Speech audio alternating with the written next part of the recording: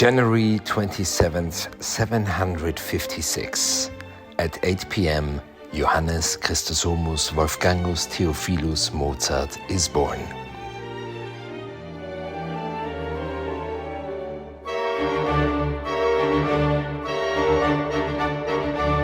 He is the last of 7 children, of whom only he and his sister Maria Anna, called Nannal, who is 5 years older than him, survive.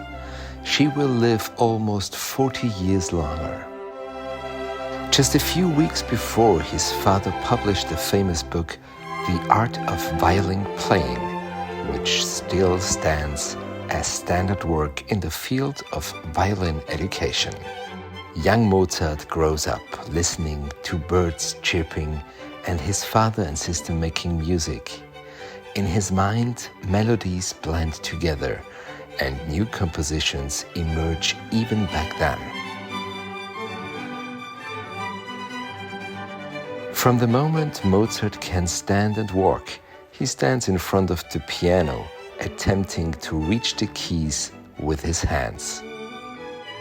Already at the age of 4, he is capable of not only reproducing any imaginable melody on the piano, but also creating his first variations.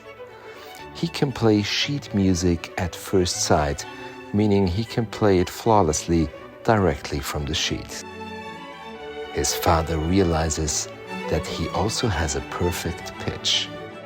One day he listens in the yard to his neighbor playing the violin in his room, and Mozart shouts out, "Mr. Schachtner, your violin is tuned half-quarter tone lower than mine." His father teaches him and his sister languages, mathematics, geometry, and above all, music. Mozart's life largely consists of learning and practicing. After a short while, Leopold Mozart recognizes his son is extraordinary in music. In 1762 starts the so-called Wonder Child Tour through Europe.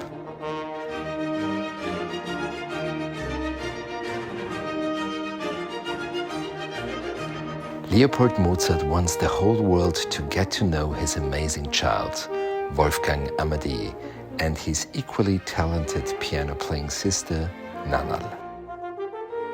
They travel from Salzburg to Germany, France, Netherlands, England, and to Vienna.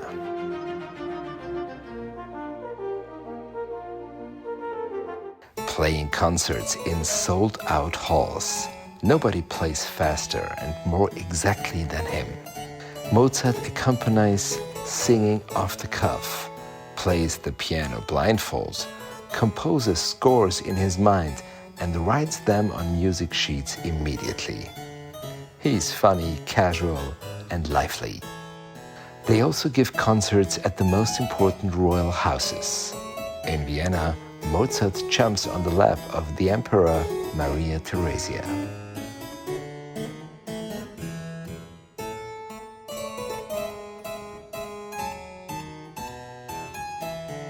In 1764, family Mozart arrives in England.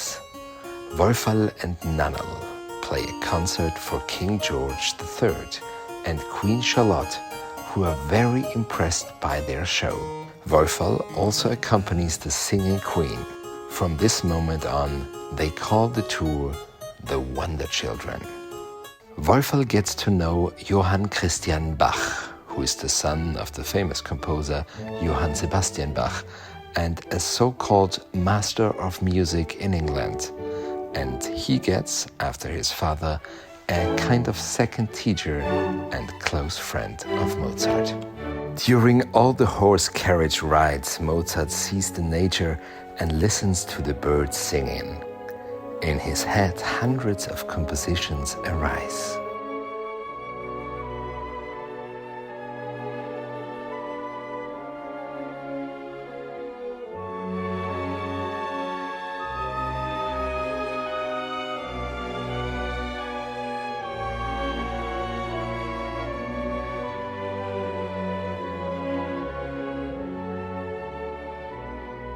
In 1768, family Mozart is back in Vienna, where they meet again Empress Maria Theresia and her son Joseph II.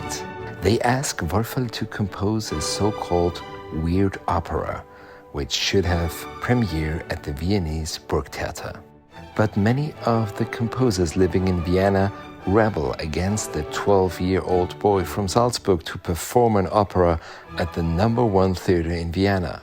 So they organize a revolt by musicians and singers so that the opera La Finta Semplice will not be performed.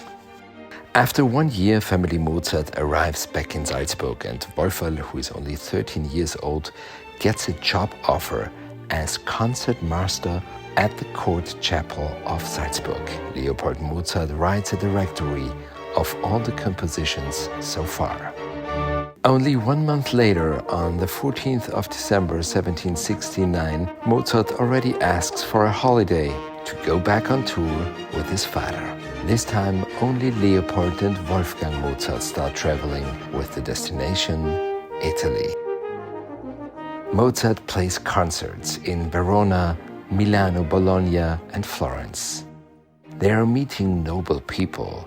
Mozart plays piano and violin, composes and studies music sheets and scores by other composers. In this time, Italy is the #1 country for opera. Mozart gets the order to compose 3 different operas. He is 14 at this time.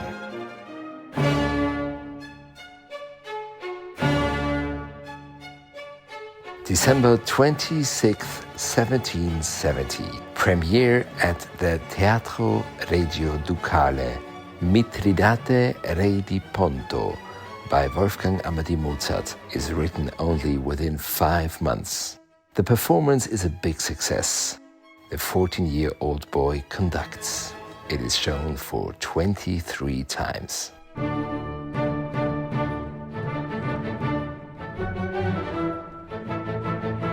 In January 1771, Wolfgang Amadé gets part of the Accademia Filarmonica di Verona and signs another contract for composing the opera Lucia Silla. Meanwhile, in Rome, Pope Clement XIV hears about the young talent from Austria. He invites Wolfgang Amadé Mozart to the Sistine Chapel, where each year, exclusively during Holy Week, Gregorio Allegri's Miserere, based on the words of the 50th Psalm, is performed.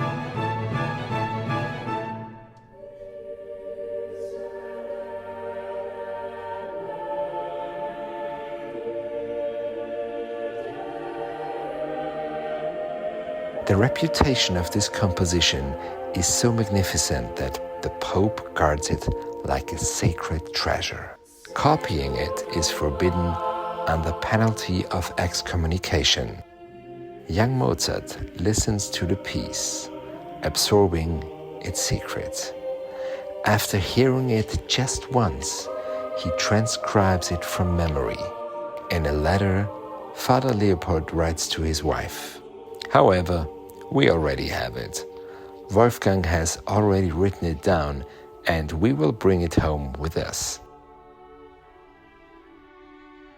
In a private audience, the Pope bestows upon Wolfgang Amadé Mozart the title of Knight of the Golden Spur, signifying that Mozart enjoys the personal protection of the Vatican.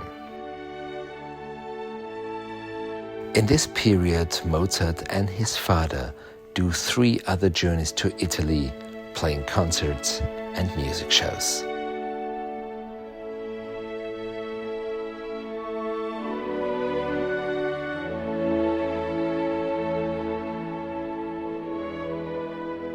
In 1772, Wolfgang Amadé Mozart and his father Leopold returned to Salzburg.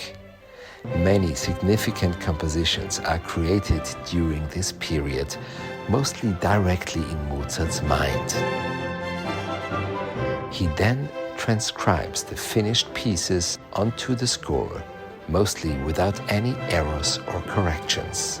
Symphonies, sonatas, and marches come into being.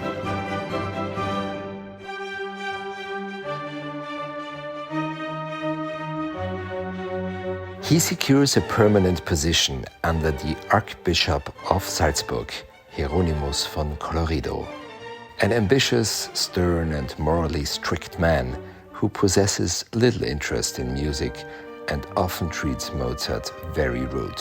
Meanwhile, Wolfgang Amadé Mozart is already aware of his exceptional abilities during this time. A long-lasting conflict arises, during which the Archbishop always complains about Mozart's behavior, and Mozart, on the other hand, is frustrated by the poor musical quality of the local court orchestras. September 23, 1777. Mozart goes on travels once again. 21 years old, he journeys to Germany with his mother, later continuing on to France. The goal is to secure a permanent position. His father remains indispensable in Salzburg and stays in correspondence with his son and wife, while his elder daughter Nannel remains with him in Salzburg.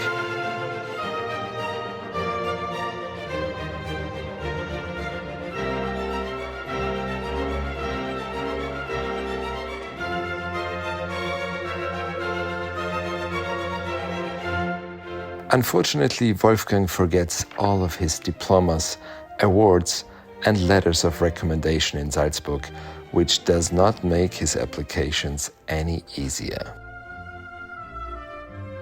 The first stop is Augsburg, his father's hometown, where Wolfgang meets his cousin Maria Anna Thekla Mozart and begins an affair with her.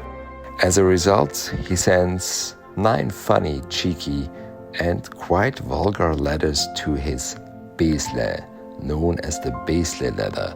They still exist today. In Mannheim, Mozart tries once again to secure a position, but is rejected.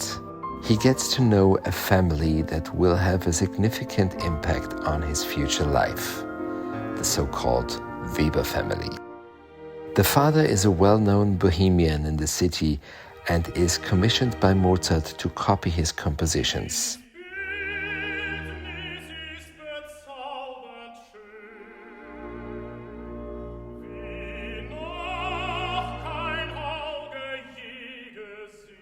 He has 3 daughters, Aloysia, Constanze, and Sophia Weber. Aloysia, who is 16 years old, is a highly gifted opera singer, and Wolfgang falls in love with her.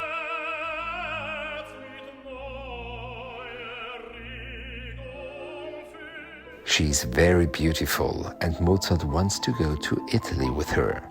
His mother tells his father about his plans, and he gets very angry. His father forces him to stop that relationship and go on traveling to Paris. His letter says, "Go away, immediately." Mozart gives in and sets off for Paris with his mother in March 1778. The weather is very poor, cold and wet. The journey takes 10 days and the two are exposed to the harsh weather. His mother falls ill. By May, she can only stay in bed in Paris, and by June, she's already deaf. On July the 3rd, 1778, she passes away. After her death, Mozart initially writes a letter to his father about his mother's illness, preparing him for the news.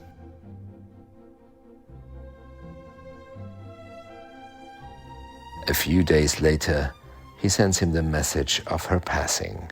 She went out like a light. He remained by her side at the moment of her death. Alone for the first time, Mozart remains in Paris and embarks on job search. Unfortunately, he's unsuccessful. The French do not take too well with him. No commissions, no concerts. He manages to get through by giving piano lessons.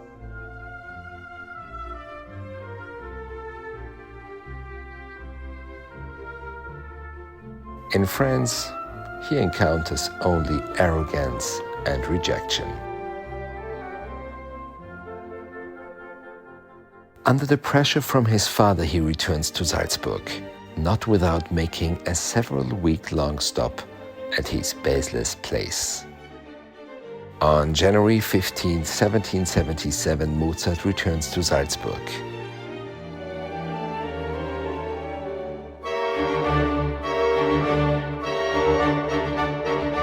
It was meant to be only for 20 months, as during this time the conflict with his employer, the Archbishop, intensifies.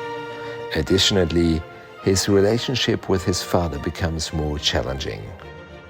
His father accuses him of leading a dissolute life, of arrogance and selfishness. On the other hand, the Archbishop obliges him to compose exclusively for him, places him at servants' table during receptions, and imposes a ban on concerts.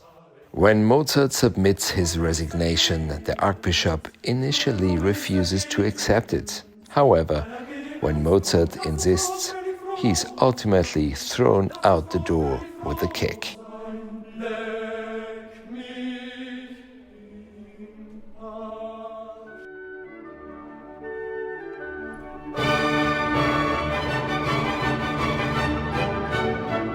Mozart goes to Vienna, and there he becomes the first to lead a so-called autonomous artist's life.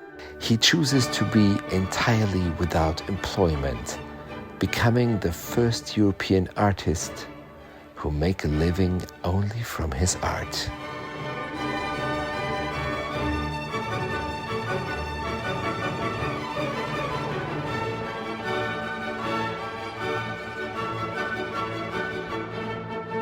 These are his most creative and successful years. On one hand, he's a high earner, receiving up to 1,000 gulden, approximately 20,000 euros, for a concert evening. On the other hand, in some years he has to manage with the same amount for an entire year. Mozart is not skilled at handling money.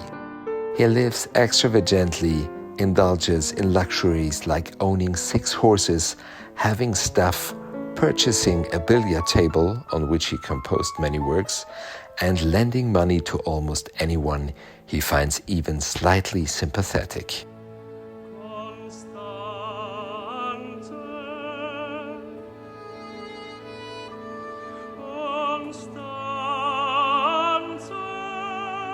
On August 4th, 1782, he marries, against his father's wishes, the younger sister of his big first love, Aloysia Weber.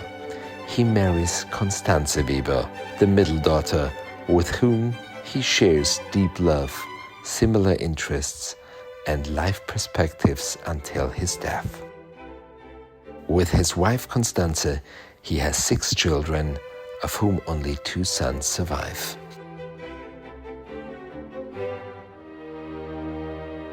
Mozart becomes more uncompromising, and his compositions get a greater diversity, depth, and a new lightness. At the Austrian Imperial Court in the Music Hub of Vienna, he doesn't make many friends, and fellow composers regard him with admiration, but also envy and resentment. Conventions do not interest him.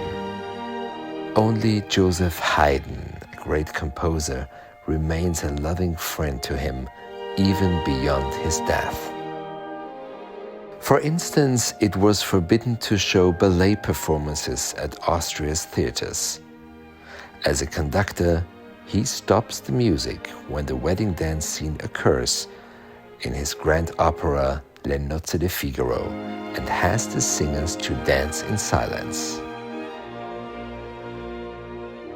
When Emperor Joseph sees this during the rehearsal and expresses surprise, the emperor lifts the restriction and allows Mozart to perform the dance scene with music. Mozart lives immoderately in Vienna. He celebrates, he drinks, he plays, buys the finest clothing in the most vibrant colors. During a visit to Vienna by his father, he noted, "I have been here for a week now, and since then your piano has been carried out and back for 14 times. Mozart only performs concert on his own grand piano.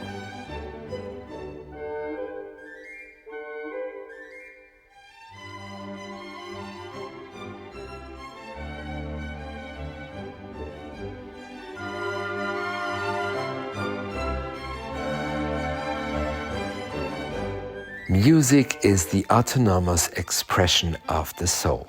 But Wolfgang Amadé Mozart remains deep within a child.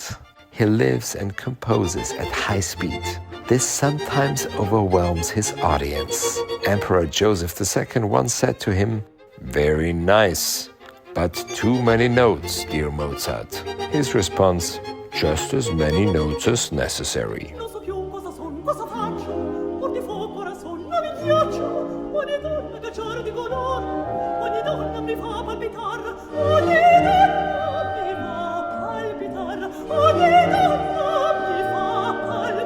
(1787).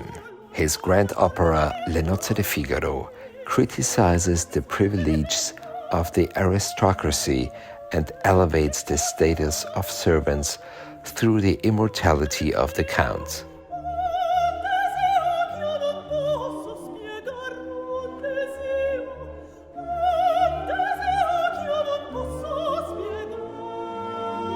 The book is subject to Austrian censorship due to concerns that its content could lead to unrest. It is Mozart's idea to set the piece to music. On May 1st, 1786, Le Nozze di Figaro celebrates its premiere at the Imperial Burgtheater on Michaelerplatz in Vienna. The performance is so successful that the population desires more, but the emperor decides to cancel the opera after only 9 performances. During this time, Mozart struggles with his lifestyle. He spends much more money than he earns and accumulates debts throughout the city. He is forced to move to a more affordable apartment in the suburbs. His thoughts increasingly revolve around death. In the last letter he writes to his father, just a few weeks before his father's death, he expresses that he is not afraid of death. He has made friends with it and sees death as the true completion of life.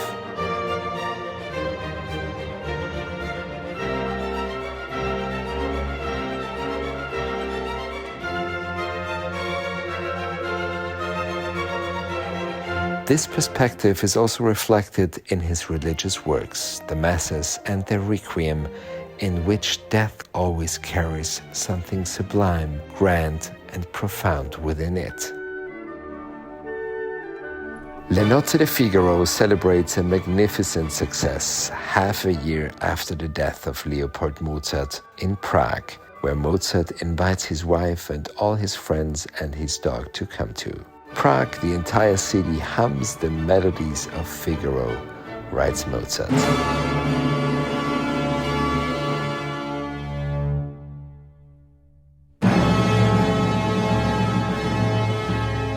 The city remains favorable to him and commissions him for another opera.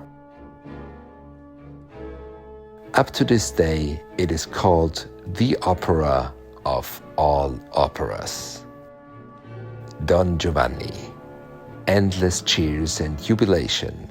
Mozart conducts the premiere at the Prague Theatre on October 29, 1787.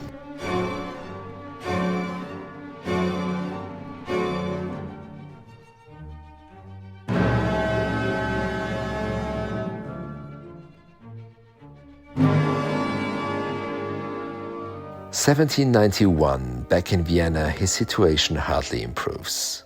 His wife Constanze falls ill and he sends her to Baden for treatment. He struggles to cover the cost for her stay there. Many correspondences from this time reflects his mutual concern and love, but also her jealousy as Wolfgang is a very social person who often seems to be fascinated by certain female singers. During a visit to his wife in Baden, he meets the landlord of the ground floor apartment where she stays for her treatment. The landlord asks if he could compose a piece for him and his church choir. Wolfgang is so grateful for his wife's recovery that he immediately writes a piece on a sheet of paper, which for many is considered one of the most divine musical compositions in the world, the Ave Verum.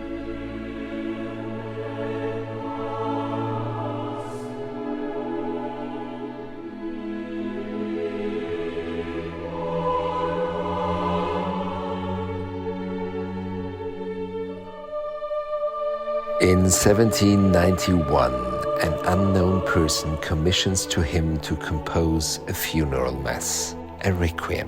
The patron behind these requests remains anonymous. Mozart, always in the need of earning money, accepts the commission.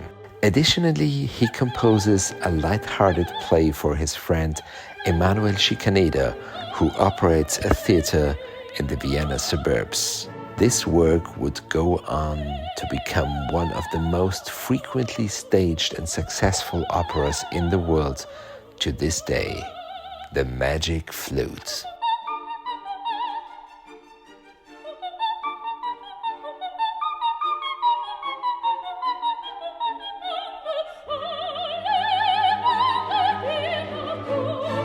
On September 30, 1791, the opera premieres at the Freihaustheater. The success gradually unfolds as the opera is performed nearly 100 times in Vienna up to the end of the year 1791. A few weeks later, it is already presented in Prague, and in the following year in Augsburg, Leipzig, Passau, Graz, Munich, Frankfurt, Linz, Hamburg, and many other cities. However, this success would not be witnessed by Wolfgang Amadé Mozart. Physically weakened, he works day and night. The requiem must be completed. In his final hours, he instructs his student Franz Xaver Süßmayr on how to finish the work after his passing.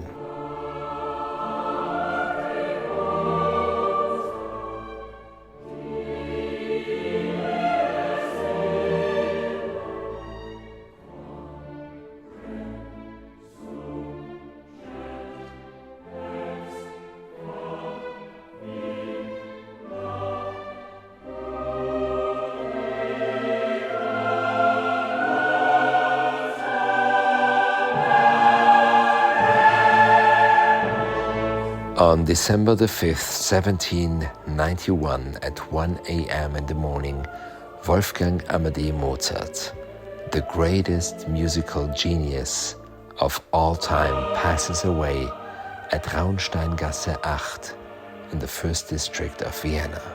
He is buried the next day without any procession in a third-class communal grave at the St. Mark's Cemetery in Vienna.